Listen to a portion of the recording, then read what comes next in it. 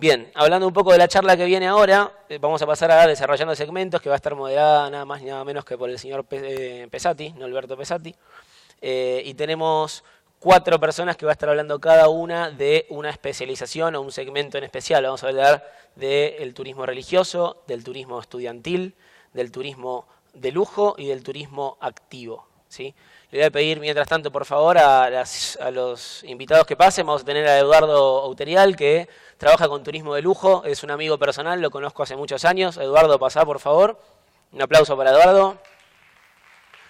Eduardo es fundador de Fala, Far Away Long Ago. Tienen oficinas en Brasil, Buenos Aires, trabajan con todo el mundo, asisten a un montón de ferias de todo lo que es turismo de lujo. Y trabajan tanto en el segmento mayorista como en el minorista. ¿Es así, Eduardo, si no me equivoco? No tenemos, chicos, micrófonos acá para que la gente hable, así que si nos acercan algunos. Después, bueno, vamos a recibir a nuestro moderador, nada más y nada menos que Norberto, quien me estuvo mostrando unas interesantísimas preguntas hace un ratito. Un aplauso para Norberto, por favor. Una persona que cualquiera de los que son estudiantes acá tiene que seguir, que conocer, que admirar en algún punto. Hace muchísimos años que trabaja y siempre estuvo en pos de la expansión del rubro. También estamos con Alejandro Manzotti. Le voy a pedir a Alejandro que pase, por favor. Vamos a darle otro aplauso. Alguien que en el segmento más joven tenemos que seguir de cerca. Trabajó Adrián, perdón. Bueno, bien, errar es humano. Perdón, Adrián. Bueno, trabaja en el turismo estudiantil hace muchísimos años. Tiene cargos de vicepresidente regional de FAEBIT, es así si no me equivoco, para Buenos Aires. Nacional, perdón, más todavía. Bien. Bueno, él trabaja en Bariloche, en Villa Carlos Paz, hace 24 años que está con emprendimientos hoteleros, gastronómicos y todo lo relacionado a esto y en este tipo de desarrollo. Y por último, el señor Peli. No, me falta Hernán Gómez también, perdón Hernán. Estamos volviendo todos. Un aplauso para Hernán, por favor, que entre. Gracias, Hernán, discúlpame, es difícil hablar después del almuerzo. Un gusto recibirte. Sentate. Hernán es vicepresidente de Aviahue, tiene 30 años en la industria del turismo y también está en lo que es presidente de la Convención Argentina de Turismo de Fe Religioso, otra de las cosas de las que vamos a hablar hoy. Y ahora sí, el señor Peli, por favor, último aplauso. Perdón que te hice la madre recién. Es para despertarlos a aplaudir. Tienen que aplaudir para despertarse ustedes también. Tenemos una charla súper interesante para escuchar. Vamos. Bueno, trabaja como especialista en todo lo que es liderazgo y gestión de riesgos en ambientes naturales y en todo lo que es el desarrollo de competencia, uno de los temas que vamos a tratar hoy en la charla. Los dejo, disfruten, estén un poco más despiertos que yo, pásenla bien, charlen y ojalá estén al nivel de todo lo que venimos escuchando, que es buenísimo. Muchas gracias. Gracias a todos. ¿Funciona esto? Sí. Gracias a todos por venir. Realmente, con mucho gusto, le digo muchísimas gracias y lo comparten mis colegas, porque con una tarde hermosísima como esta, bueno, es realmente para nosotros muy grato encontrarnos con esta audiencia. Y convengamos que no nos toca un tema fácil, es un tema muy especial, al cual tenemos que prestarle atención en este momento complejo que vive nuestra industria, donde desarrollar segmentos y tratar de especializarnos pasa a ser un desafío muy importante para los empresarios que nos hemos dedicado a esto, las empresas de viajes y turismo, que realmente en este debate de estos días nos encontramos con algunas dificultades. Yo leí en algún brief que me había llegado cuando se hablaba de competencia feroz. Y yo creo que sí, que hay una competencia feroz, pero ya que hablamos de segmentos, hablemos también de los segmentos que componen la oferta en la Argentina. Y sí, hay una batalla arriba, lo que tenemos que tratar de que esa batalla la libren los que lo tienen que librar y el resto tratar de, a través de estas herramientas, reubicarnos o ubicarnos mejor en el mercado para que realmente nos dé posibilidades y podamos llegar a seguir adelante con nuestra vocación, con nuestra tarea y con lo que hemos elegido para hacer en nuestra vida. Yo brevemente preparé, muy cortito, una pequeña presentación para meternos en el tema de segmentación, que como les decía, no es sencillo, pero que bueno, de alguna manera es necesario tenerlo en cuenta. Cuando hablamos de segmentación de mercados, lo importante es entrar en este concepto de la descripción para conocer a fondo a dónde podemos ir. Los segmentos son muchos y amplios, por lo tanto, acotar la dimensión del segmento es un recurso fundamental y dónde queremos y cómo podemos posicionarnos o reposicionarnos dentro del mercado. Las preguntas que nos tenemos que hacer son, bueno, ¿quién quiero que sea mi cliente? Esa es la pregunta base de la segmentación. Luego, ¿cuál es el segmento de cliente sobre el cual hemos planteado nuestro objetivo en la elección de una nueva modalidad o un nuevo segmento de mercado? ¿Para quiénes estamos creando valor? ¿Quiénes son nuestros clientes más importantes? Esto es muy importante porque va dentro del concepto de la segmentación. ¿Qué características relevantes tienen? Y finalmente, ¿qué tareas claves debemos realizar para alcanzarnos? Los que nos hemos formado en la disciplina del marketing tenemos una Biblia que seguramente muchos de ustedes conocen y no está de más recurrir a ella. Philip Kotler, es un autor destacadísimo en nuestra especialidad, hablo en particular de la mía, donde encontramos recursos para analizar estos temas que estamos en este momento conversando.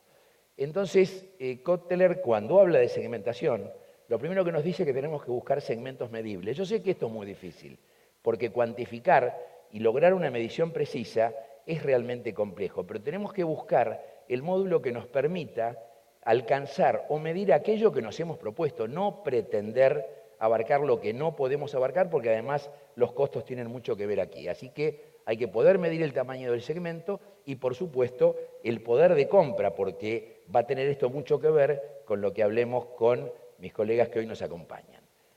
Los segmentos deben ser accesibles, o sea, se puede llegar a atender eficazmente a los segmentos de mercado, es la segunda o el segundo aspecto que Kotler considera. Sustanciales, los segmentos de mercado son lo suficientemente grandes o redituables para atenderlos, por eso que hay que ser muy precisos y acotar con mucha precisión el concepto de segmentación. El accionamiento, y es posible diseñar programas eficaces para atraer y atender los segmentos, y seguramente vamos a poder identificar varios segmentos, pero accionar en función de nuestros recursos sobre lo necesario, sobre lo que decidamos que es lo más conveniente.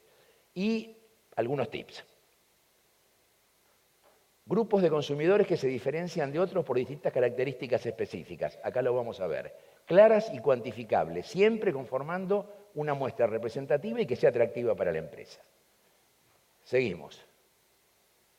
Identificarlos, entonces, lo que valoran y compran realmente de nuestra empresa. Esta es una pregunta fundamental. ¿Qué es lo que van a comprar? Y el valor que nosotros le pongamos a lo que estamos comercializando es la clave para lograr estos resultados. ¿Y qué es importante? Bueno, para determinar los segmentos hay que utilizar alguna variable. Siempre una variable dura, que esto realmente es muy importante, ustedes ya lo conocen, sexo, edad, situación geográfica, etc. Pero lo bueno es elegir varias variables blandas, que son las que nos van a permitir esa flexibilidad que necesitamos para planificar el concepto de segmentación. Así que grupos de referencia, grupos y preferencias, variables sociológicas, tendencias. Tenemos que determinar entonces por qué nos eligen o por qué nos van a elegir nuestros clientes. Y con esto queda el panorama abierto para que realmente nos encontremos con respuesta a estos 4 temas muy importantes o 4 especializaciones muy importantes de nuestra actividad que ha elegido la organización del Congreso. Y vamos a comenzar con el turismo estudiantil, tema tampoco nada fácil ni nada sencillo.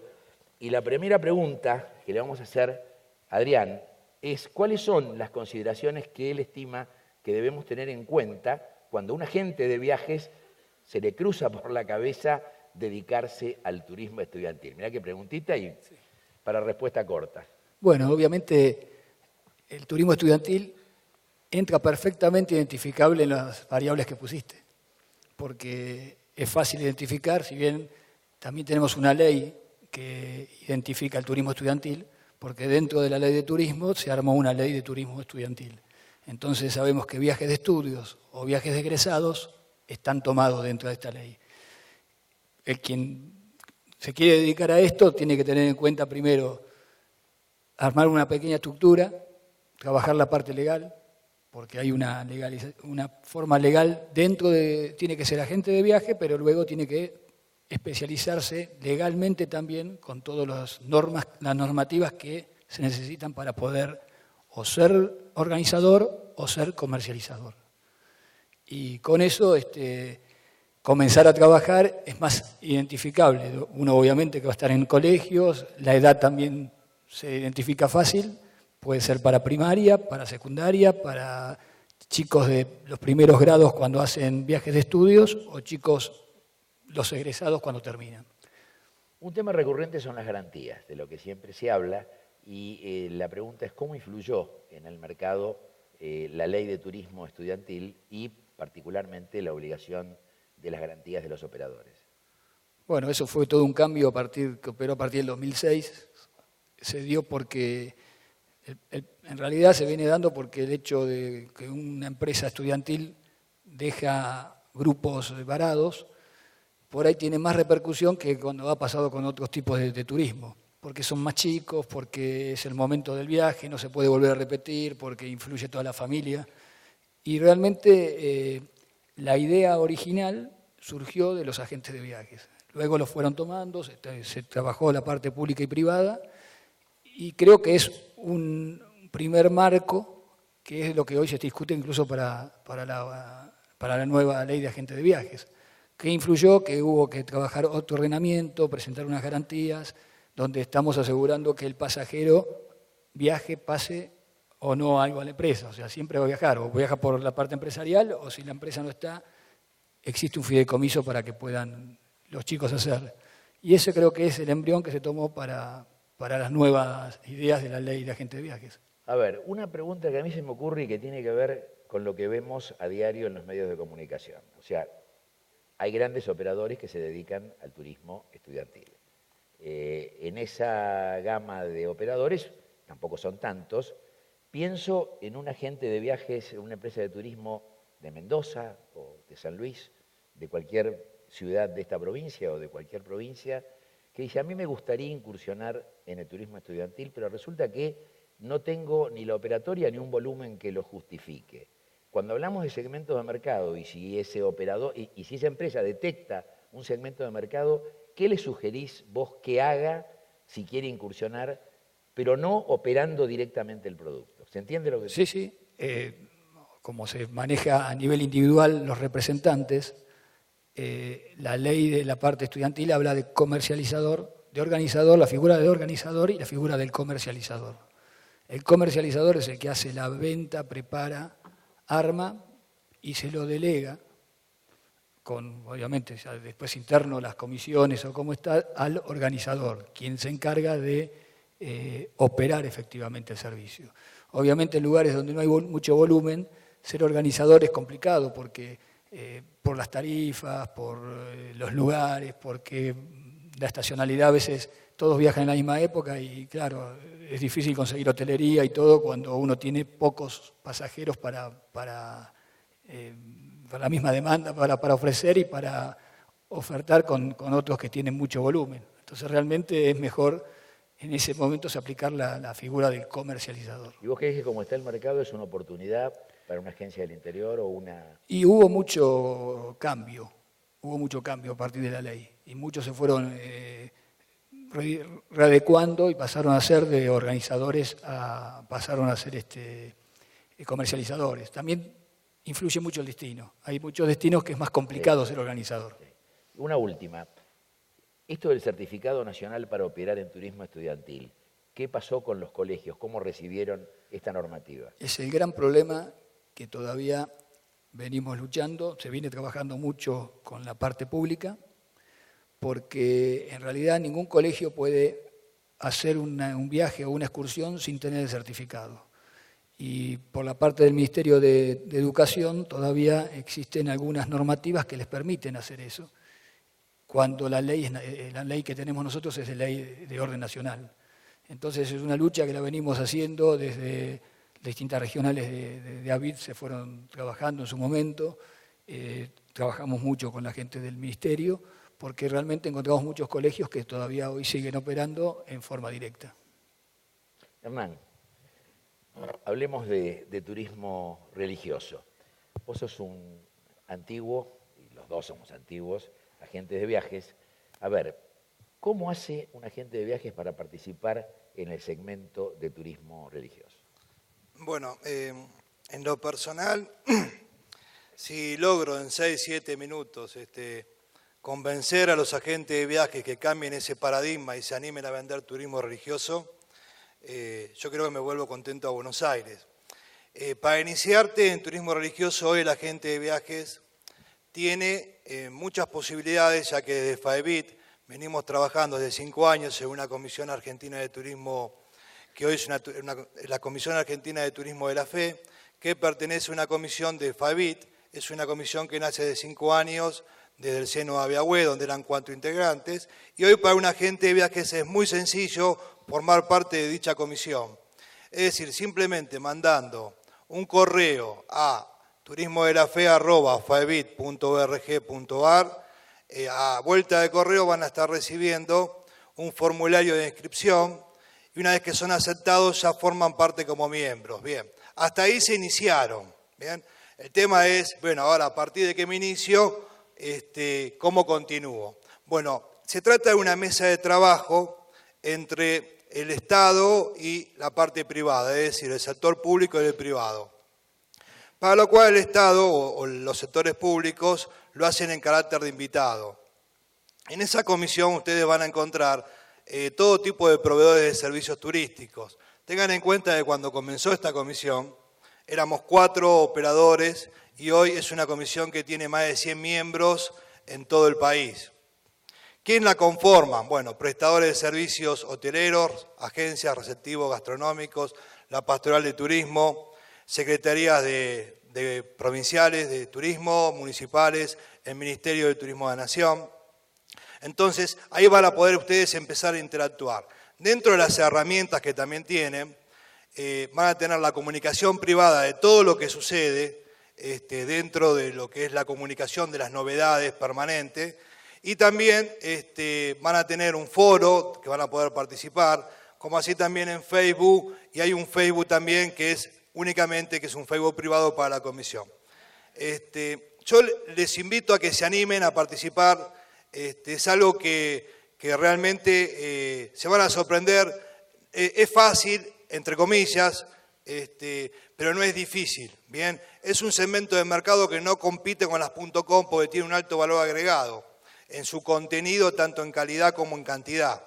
Entonces es un formato nuevo que cuando yo les cuente un poquito más o tengo un poquito más de tiempo, yo les puedo asegurar que realmente se van a sorprender de lo que estamos hablando. Bueno, yo un poco cuando iniciamos el comienzo de la charla pensaba en la diversificación, que siempre debe tener límites, pero si tenemos en cuenta los temas que estamos analizando en este panel, creo que algún agente de viajes va a poder encontrar alguna herramienta. Yo estaba pensando en el segmento de mercado del turismo religioso, pero se me ocurre que no hay un segmento y que tenemos que, dentro de ese segmento madre, ver cómo categorizamos determinado tipo de mercados que sean pasibles de consumir, entre comillas, turismo religioso. Correcto, bueno. Los segmentos de mercados y los mercados en sí mismos de turismo religioso son 2. O sea, 2 muy bien definidos. Tenemos por un lado el mercado interno y por otro lado tenemos el mercado receptivo. Con relación a lo que es mercado interno, en realidad el circuito, lo que se crea, que es nuevo como novedoso para los agentes de viajes, son circuitos turísticos religiosos dentro de nuestro país.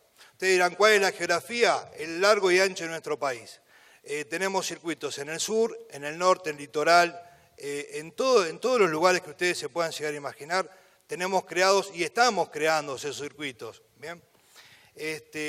Con relación al turismo nacional, estamos trabajando junto con el Ministerio de Turismo de la Nación, con las secretarías provinciales y municipales, en la puesta en valor del patrimonio cultural. Entonces, hay muchos lugares que hasta el día de hoy no podían ser visitados por el público en general por distintas razones. Con relación al turismo receptivo, ustedes realmente se sorprenderían si yo les digo la cantidad de pasajeros o turistas extranjeros que llegan al país para hacer turismo religioso en la Argentina. Ejemplos. Llegan grupos de Bolivia, México, Colombia, de 70, 80, 60, 40 personas, simplemente para visitar la Basílica de Luján, que es un circuito dentro de todos muy sencillo. Ustedes saben lo que pasó luego de que tengamos, o sea, la Argentina tenga el honor histórico de tener un papa argentino. Bien, todo lo que es la Mesopotamia, mucha gente quiere saber cómo piensa un jesuita o cómo fue la historia del papa, quieren conocer dónde nació, dónde vivió, dónde estudió, inclusive hasta el estadio de San Lorenzo, que él en más de una vez lo manifiesta como fanático, ¿no? Bueno, pero no deja de ser una realidad, y que son segmentos que la gente de viaje debe romper el hielo y animarse a vender turismo religioso, pero muchas veces pasa también por la visión que tiene el sector empresarial. Con relación, les doy un ejemplo de qué se tratan estos circuitos. Son circuitos que ustedes saben que generalmente, no digo generalmente, la persona se moviliza por un acto de fe, que puede ser cumplir una promesa, visitar una basílica, una iglesia, un monumento, una persona, un hecho relevante. Es decir, cualquiera fuera el motivo. Cuando la persona llega a la localidad o al destino, es recibida por un guía de turismo religioso que lo va a guiar, lo va a asesorar, lo va a acompañar para que pueda cubrir las expectativas de su viaje. Bien, hasta ahí, ¿qué es lo que se le adiciona al circuito tradicional? Bien, los lugares paisajísticos de la zona. Va a poder también disfrutar del patrimonio cultural. Cuando hablo de cultura me estoy refiriendo a todo su conjunto, es decir, ustedes saben que el arte sacro está muy combinado con lo religioso, pero también los museos, también la música, e inclusive en algunos circuitos interactuar con el lugareño. Se me viene rápidamente a la cabeza un circuito que es siguiendo los curas de Padre Brochero, que es en Córdoba, donde el visitante peregrino, hay una parte del circuito que lo hace a caballo. Por último, por un tema de tiempo, sí. Bien, comentarles también que estamos trabajando de la CAT, donde participan todas las asociaciones miembros que conformamos el turismo, en la creación de la ruta jesuítica, que es llegar de distintos países, se puede llegar desde Uruguay, Paraguay o Brasil, o bien comenzando por Argentina, recorriendo varias de las provincias del litoral, pasando por Córdoba. Ustedes saben, en Córdoba tenemos las estancias jesuitas y es patrimonio de UNESCO, terminando en Buenos Aires. La idea es, ustedes saben que se cumplen 200 años de la llegada de los jesuitas, es contar al mundo la historia, qué hicieron, qué vivieron, cómo fueron exterminados y cómo fueron inclusive exterminados de la propia iglesia. ¿Bien? Buen programa para vender. Sí, y terminamos seguramente en la cancha de San Lorenzo, eso no tengo ninguna duda. Pero les dejo una inquietud a los que les interesa el tema del turismo religioso, que le pueden consultar a Hernán, que a mí me queda pendiente la pregunta por falta de tiempo, y dónde encontramos el mercado potencial o dónde buscamos el mercado potencial para el turismo religioso. Hasta ahora ustedes verán que las .com en este negocio hasta ahora no han incursionado, ni en el tuyo. No puede competir nunca porque tiene una gran cantidad de calidad. Esa es la receta. Bueno, ahora vamos a algo muy especial. Vamos a hablar de turismo de lujo. Indudablemente el turismo de lujo tiene sus propias características y hoy contamos con Eduardo, que es un especialista y un gran observador de todo este segmento de mercado que a mí personalmente me impresionó en las charlas que tuvimos, sobre todo porque uno le va encontrando matices que estoy seguro y a ustedes les van a pasar lo mismo. Entonces, a ver, ¿podemos en este mercado tan competitivo, tan salvaje, cuando hablábamos en el comienzo de la charla, seleccionar y posicionarnos o posicionarnos en un segmento de lujo? Hola. Bueno, yo voy a hacer la gran Barsky con mi machete acá para tratar de no olvidarme de nada. Mira, te lo voy a responder de forma más bien general. No queda duda que hay que especializarse, pero especializarse en el contexto actual de la Argentina, la teoría realmente a veces nos queda muy lejos. Todos estamos en nuestro día a día, no tenemos tiempo para nada. Entonces, un poco lo que hicimos nosotros en Turismo de Lujo, para llegar al turismo de lujo, es empezar con una especialización paulatina. Y en ese sentido, es importante tener una mentalidad de innovación permanente, ¿sí? Tengo 14 años en turismo, en esta empresa hemos siempre tenido una idea de inventar nuevos segmentos, que los segmentos en realidad cuando uno habla y ve la teoría de Kotler piensa en los segmentos como algo que tiene que parar la empresa, llamar al consultor, hacer todos un brainstorming para ver cómo cambiamos el rumbo de la empresa, y yo diría que es algo más paulatino. Yo diría que es algo día a día, ¿sí? Constante, y empezar pensando en segmentitos, ¿sí? Esos segmentitos que hoy vemos que por ahí son insignificantes, el día de mañana se pueden transformar en la mayor rentabilidad de nuestra empresa. En nuestros 14 años nosotros hemos incursionado en varios segmentitos que nos han dado la conformación de empresa de turismo de lujo. Empezamos en el 2002 con turismo enológico proveniente de Chile, hemos hecho turismo para expatriados en San Pablo, turismo de lujo en el Delta, alquiler de mansiones, bueno, varias cosas. Charteamos, fuimos uno de los primeros brokers de aviación privada en Argentina. Estos segmentos todos subsisten, pero hay algunos que prácticamente los tenemos un poco dormidos, la competencia nos ha hecho dejarlos un poco de lado, pero todos estos segmentos son los que en definitiva conforman nuestro posicionamiento de turismo. Y en ese sentido, yo considero que hay un consejo muy importante que quiero dar, que es algo que cualquiera puede hacer, ¿sí? En cualquier segmentación o cualquier especialidad que tenga en la empresa, para empezar a buscar esa especialización, esa segmentación. Y eso comienza con algo muy sencillo que es el pitch, ¿sí? En el mundo emprendedor, de los entrepreneurship, se habla mucho del pitch, y es básicamente viene de los deportes, el pitch es el golpe, ¿no? Que tiene que ser fuerte y contundente, y el pitch es básicamente cómo explicamos en pocos minutos, ¿sí? En pocas diapositivas, digamos, lo que es nuestra empresa y lo que hacemos mejor que nadie.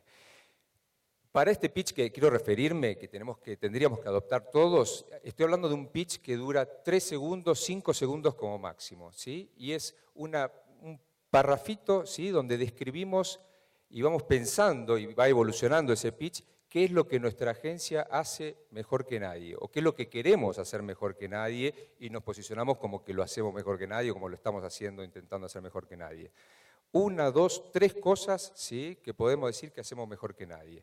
A partir de ese pitch, que lo vamos evolucionando y tiene que estar presente en toda nuestra comunicación, desde cuando alguien nos para en algún lado y, che, ¿vos a qué te dedicás? Bueno, tengo una agencia que hace esto, esto y esto, mejor que nadie, ¿sí? Pues tenemos una agencia de turismo, la verdad es que pasamos desapercibidos, ¿sí? Y no agregamos valor y no quedamos registrados. Entonces, comencemos con ese pitch, con qué es lo que podemos decir que hacemos mejor que nadie, y a partir de ese pitch vamos a empezar a encontrar la segmentación y vamos a empezar a innovar y a segmentar. ¿Qué implica especializarse en turismo de lujo? Bueno, mira, básicamente, hay una persona considerada por muchos el rey del turismo de lujo, se llama Matthew Upchurch, el presidente virtuoso, hace muchísimos años, inventó un imperio, y él lo explica lo que es el turismo de lujo con 2 círculos, ¿sí? 2 círculos que se tocan y tienen una interferencia, ¿no? Entonces lo que dice Matthew Upchurch es, este círculo es el turismo masivo, y dibuja una flecha y dice, el turismo masivo va indefectiblemente hacia Internet, converge en Internet, ¿sí? Los que hagan turismo masivo... A eso iba la siguiente, así que es una buena forma de... Los que están en turismo masivo tienen que converger en Internet, es una cuestión de precio, ¿sí? Este otro círculo, ¿sí?, es el turismo de lujo. Y el turismo de lujo, dibuja una flecha hacia abajo, ¿sí?, termina, converge en una atención personalizada y en el trato personal.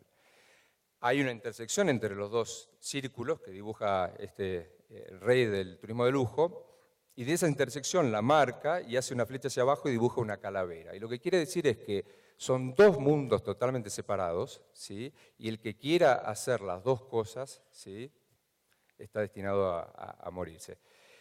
Yo no lo diría tan drásticamente, pero sí es cierto que son dos mundos totalmente separados, la empresa de turismo de lujo de la empresa de turismo masivo. ¿Y vos creés que Internet influye entonces en la conveniencia o no de especializarse en este tipo de temas? Sí, Internet influye mucho, obviamente influye como a todos, ¿sí? Porque si yo le estoy vendiendo un viaje a Bill Gates, Melinda Gates, la esposa de Bill, o la secretaria de Melinda Gates va a estar consultando Internet y me va a estar cuestionando por qué le pongo ese precio, por qué ellos van a hacer el precio por su cuenta y se van a dar cuenta que hay algún lugar donde estamos cobrando de más. Entonces vamos a tener que explicarlo permanentemente y eso es complicado. Y convencerlo. Exactamente, pero por otro lado Internet nos trae, yo diría, tres muy buenas noticias para el turismo de lujo. El turismo de lujo es básicamente crear experiencias, ¿sí? Experiencias que salgan del hacelo vos mismo, del do it yourself, ¿no?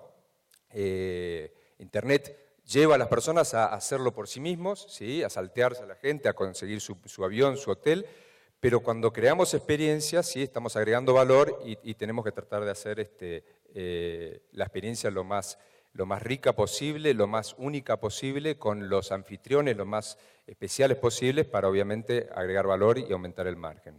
Ahora, Internet por otro lado también nos trae tres buenas noticias. La primera que diría yo es que si yo me especializo en cualquier cosa, en turismo botánico, por ejemplo, porque cerca de mi casa tengo un parque que es muy lindo y me trae el recuerdo de un parque que hay en Nueva York donde hay mucho turismo botánico y lo quiero hacer acá también.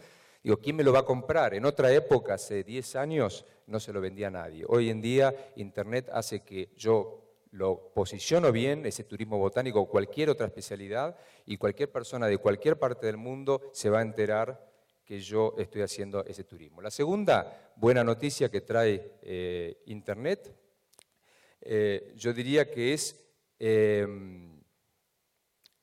que en Sudamérica se puede copiar todavía, y hay que copiar, ¿sí?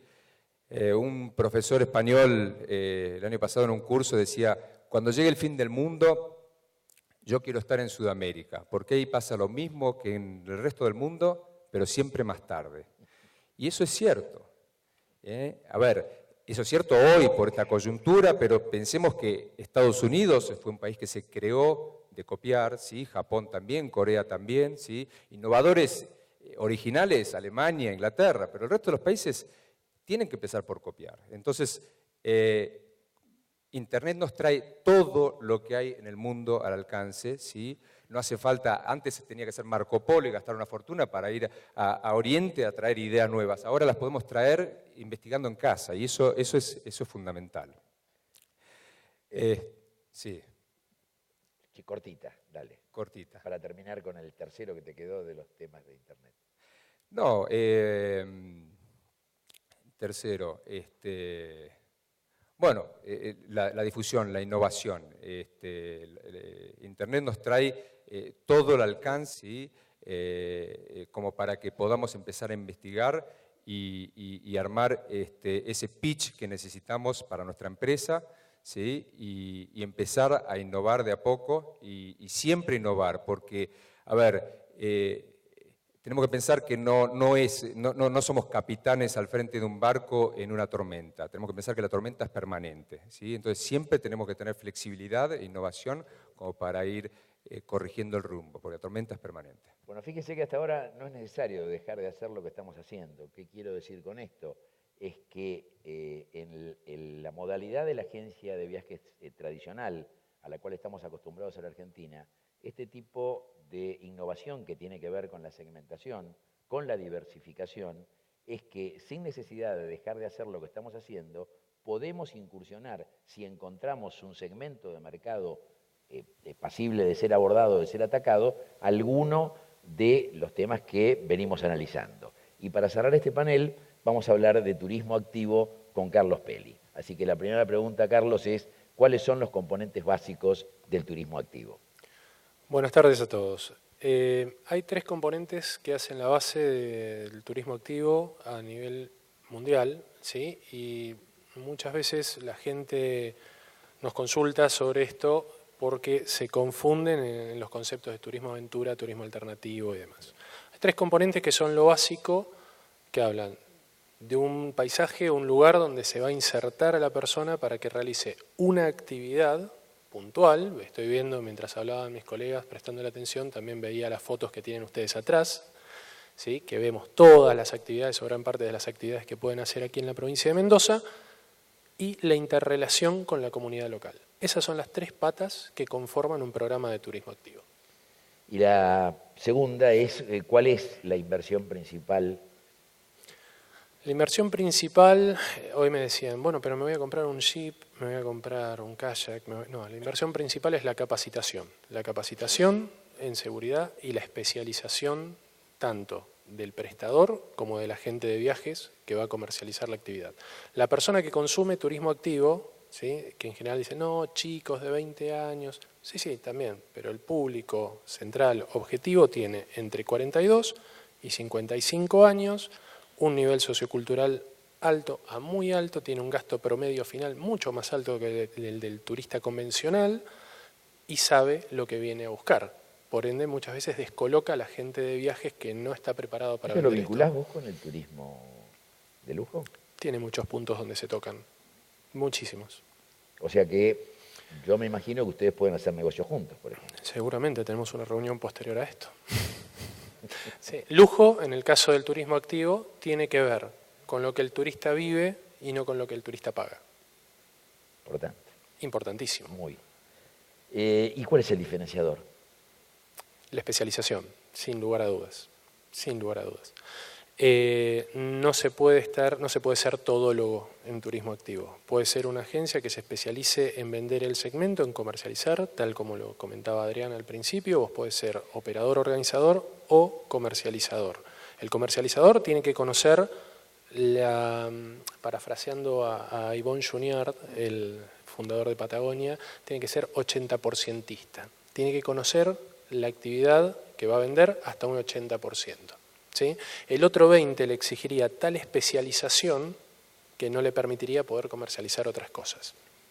Vos tenés una gran capacidad de síntesis, pero yo, discúlpame que escarbe, pero a mí me suena que aprecio tu capacidad de síntesis, pero... Veo el tiempo, claro, estamos viendo el tiempo y tenemos que dejar las preguntas. Creo que es un tema apasionante y creo que vos planteás la capacitación. Creo que desarrollar o meterse en un segmento de mercado como este no es fácil. No, para nada. Acá voy a tomarme un minuto para explicar algo puntual. Aquí en Argentina, desde hace 3 años, la Asociación Argentina de Ecoturismo y Turismo Aventura está llevando adelante un programa de capacitación a nivel nacional que básicamente capacita prestadores, operadores y gente que va a entrar en la actividad en lo que vendría a ser el CBC, el ciclo básico común del turismo aventura o el turismo activo. Introducción a las travesías en ambientes naturales, gestión de riesgos y liderazgo en ambientes naturales, que es completamente distinto a cómo se trabaja en un ambiente controlado, como puede ser el interior de un bus o en un salón como ahora, que yo hablo, ustedes escuchan y parece que hasta me están prestando atención y es buenísimo. Socorrismo especializado en ambientes agrestes, porque tenemos un país muy grande, muy diverso y con mucha distancia entre donde se prestan muchas de las actividades. Veo ahí una foto del Maipo, son horas hasta un centro asistencial. Y por último, los básicos de búsqueda y rescate. Luego, recién después de esta capacitación troncal, vienen las especializaciones como guía. ¿Y hay recursos de fácil acceso para lograrlo? Los cursos se les plantearon a un ministerio como es el Ministerio de Trabajo, Empleo y Seguridad Social de la Nación. ¿El Ministerio de Trabajo? El Ministerio de Trabajo es quien está financiando esto porque le interesa tener una masa de gente capacitada brindando servicios de alta calidad y con mucha seguridad. Bueno, la verdad es sumamente novedoso. Yo tengo una larga trayectoria, además de la actividad en la docencia universitaria, de la cual ya me retiré hace un tiempito, y siempre la pregunta que me da vueltas cuando veo los claustros docentes, donde pretendemos vivir teorizando, y soy seguro que acá hay muchos estudiantes de turismo, qué importante sería que pudiéramos incursionar en esas currículas tradicionales y poder incluir esta temática que es tan actual y tratar de salir de estos esquemas rígidos donde nos encontramos lamentablemente con docentes que yo los respeto y mucho, pero también depende mucho de lo que enseñen, de estar en una actividad académica con estas características, pero sin conocer de las paredes hacia afuera, o sea, sin conocer qué pasa en este mundo real. Con Carlos redondeamos los 4 temas: turismo estudiantil, turismo religioso, el lujo y el activo, y me parece que ustedes deben tener algunas preguntas muy, muy interesantes para hacer. ¿Me paro? A ver, ¿nadie?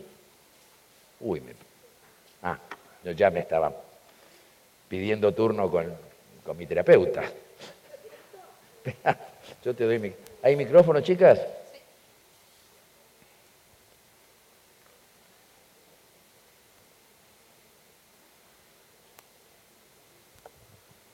¿Qué tal? Buenas tardes. Particularmente en el último punto, habla mucho de la capacitación. Yo tengo una agencia acá en Mendoza y la verdad que las capacitaciones no hay muchas. Principalmente en la parte de innovación y capacitación es como que no es el mayor desarrollo de la provincia.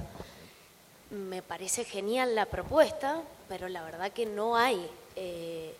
No sé si tienen alguna respuesta como para este tema. Yo creo que hay puertas para golpear. Esa sería mi respuesta. No sé ustedes qué opinan.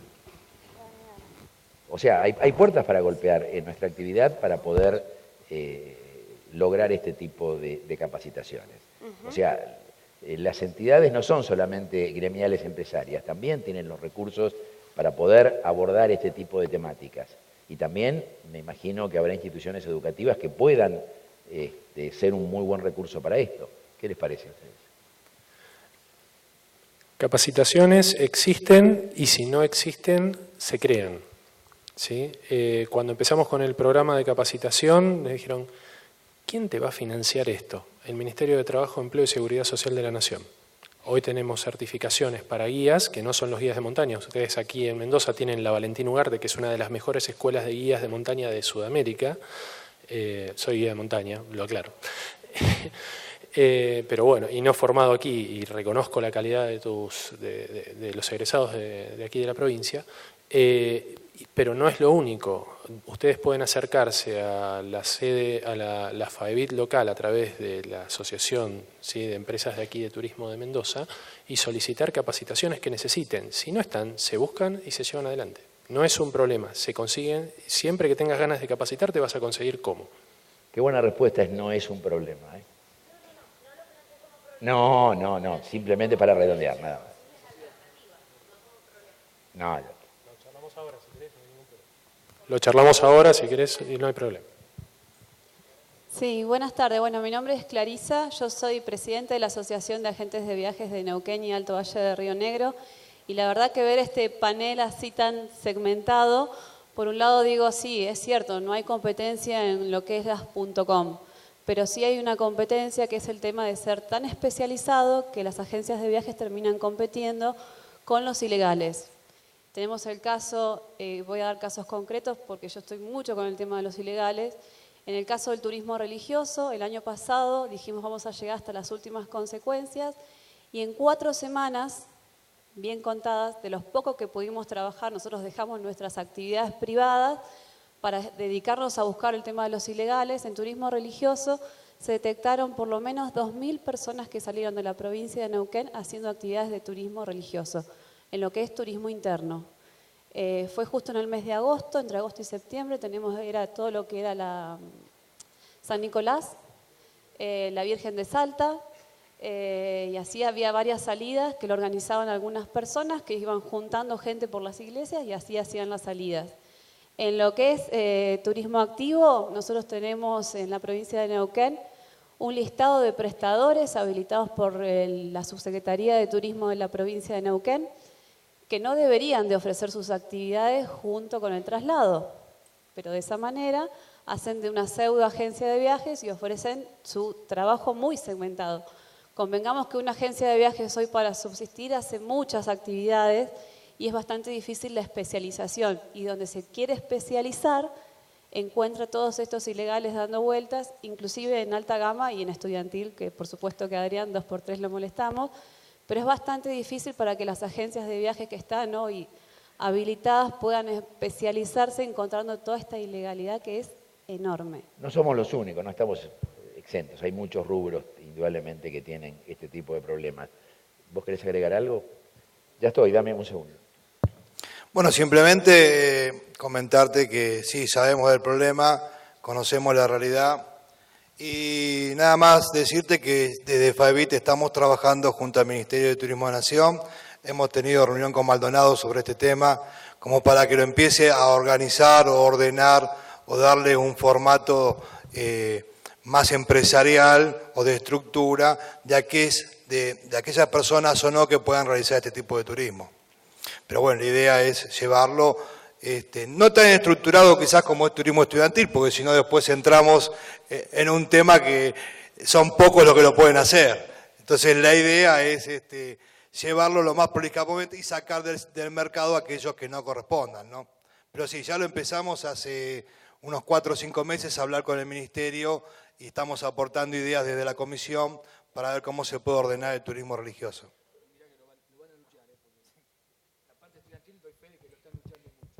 ¿Sí?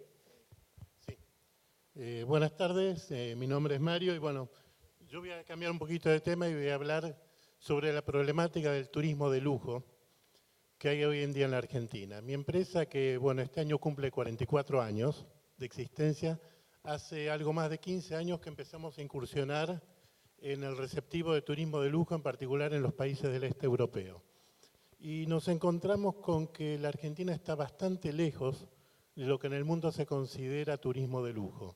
Yo creo que en todo el país me sobran los dedos de una mano para contar los hoteles que realmente responden a esa categoría y que prácticamente no contamos con transportación o con vehículos de lujo.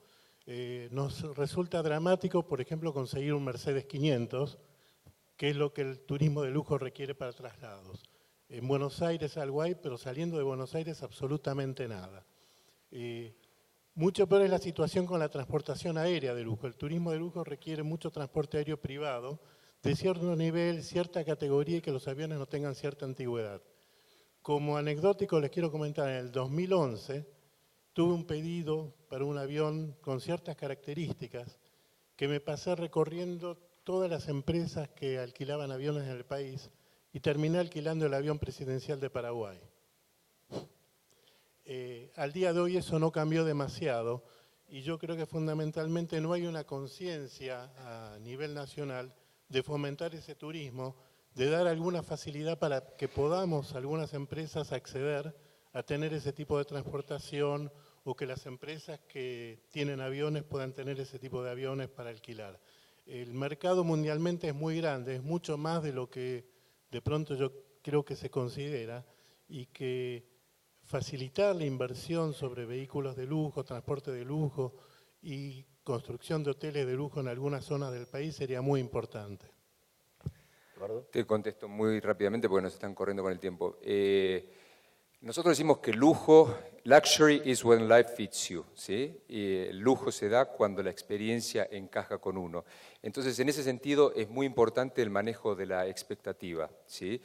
Y en ese sentido, la verdad que estamos bastante en ventaja. Es cierto todo lo que vos decís, es cierto que este momento es complicadísimo, los aviones privados no les aprueban traer los repuestos, hay un montón de aviones parados, hay un montón de aviones que se vendieron, conseguir autos importados, bueno, ni se los voy a contar. Pero es muy importante el manejo de la expectativa. Y en ese sentido, la verdad que las expectativas tampoco son tan elevadas y a nosotros nos pasa trayendo clientes de muy alto nivel que haciendo un gran esfuerzo, a pesar de que los llevas en un auto que no es lo que ellos están acostumbrados, las expectativas generalmente se manejan bien y se sienten como que es un lujo, porque a veces no se esperaban lo que les damos en la Argentina. Bueno, te comento, no es la experiencia nuestra en ese sentido. Nosotros hemos perdido negocio por no tener determinada categoría, negocio que quedó en otros lugares de Sudamérica donde sí lo hay. Y en ese sentido, para manejar las expectativas, una de las cosas que yo hice, que tiene que ver con lo que decía Carlos en materia de capacitación, pero en este lado, para el otro lado, hasta yo llegué a escribir un libro que se llama Luxury South America, al ver que el mundo no sabía mucho qué era lo que se podían encontrar en Sudamérica en materia de turismo de lujo. Así que sí, estoy de acuerdo, está todo por hacer y paciencia. Nos están dando unos minutos más, así que los invito, si alguno se quedó con algo pendiente y quiere continuar con las preguntas, con muchísimo gusto. ¿Hay alguien por ahí?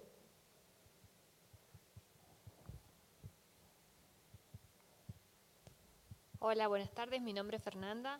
Esta es una pregunta más generalizada o tal vez relacionada con el tema del turismo activo. Me pareció sumamente interesante, pero la hago a raíz de mi experiencia como pasajera. Recorriendo acá el país y precisamente esta Semana Santa, a mí me interesa muchísimo el turismo histórico. Y fui a San Luis toda la Semana Santa y me encontré con lugares, por ejemplo, Cabildo, o sea, bueno, la réplica del Cabildo, que a nivel estructural me pareció una maravilla, pero sin guías. Fuimos a San Francisco del Monte a ver la escuela donde dictó Sarmiento clases cuando tenía 15 años, también sin guía. Entonces quería saber si se está trabajando de alguna manera en que este tipo de lugares, que son monumentos históricos o bueno, la réplica que han tratado de llevar un poquito Buenos Aires al interior, están con alguna regulación o alguna obligación de tener guías propios o locales para poder explicar un poco a la gente de qué se trata todo esto. Mira, acá voy a dividir la respuesta en dos partes. La primera es que está la gente de turismo de la provincia de San Luis que te va a poder dar una explicación o una respuesta mucho más específica para lo que pasa en su provincia. A nivel general, te comento que se está trabajando dentro de las especializaciones como guías en lo que tiene que ver con el guía de sitio, ¿sí? Específicamente, que muchas veces es una persona con una formación no terciaria o universitaria, pero que tiene un conocimiento muy acabado del desarrollo de algo puntual en la zona donde trabajan. Por ejemplo, me he encontrado con gente en la provincia de Santa Fe, en Esperanza, con ex trabajadores de campos forestales y de empresas forestales y demás, que nos han hecho una interpretación única de la zona, básicamente porque vivieron la zona cuando estaba en producción, ¿sí? Entonces, la respuesta de si se está trabajando, sí, en distintas provincias se trabaja de distintas maneras. San Luis te va a poder explicar cómo están trabajando en su provincia en este desarrollo. ¿Alguna otra pregunta? Si no hay más preguntas, yo cierro muy brevemente. La verdad ha sido un gusto compartir estas primeras horas de la tarde con ustedes y con mis colegas. Cuando nos reunimos por primera vez, cuando fuimos convocados, en su momento por Damián y por Constanza, y vimos las particularidades de este panel, lo primero que yo dije, bueno, esto no es fácil, es un desafío, y creo que las puertas están abiertas en el sentido de que acá tenemos 4 segmentos, hay muchos, creo que de cada uno de nosotros depende si queremos generar una apertura en nuestras empresas, si queremos diferenciarnos, que es uno de los principios con los cuales debemos apuntalar las decisiones que estamos tomando. Estos recursos son realmente importantes, son significativos y creo que son desafíos que debemos tomar. Yo quisiera durante un tiempo ya dejar de escuchar quejas y lamentos de las online. Personalmente he tomado una decisión, no fue necesario plantear este tema en ninguna sesión de terapia, pero creo que tenemos que ser realistas, saber lo que estamos viviendo, cómo lo tenemos que enfrentar y siempre vamos a encontrar, si somos creativos, si somos innovadores, los recursos necesarios para poder seguir trabajando en esta actividad que es apasionante. Así que les agradecemos muchísimo, muchísimo por habernos acompañado.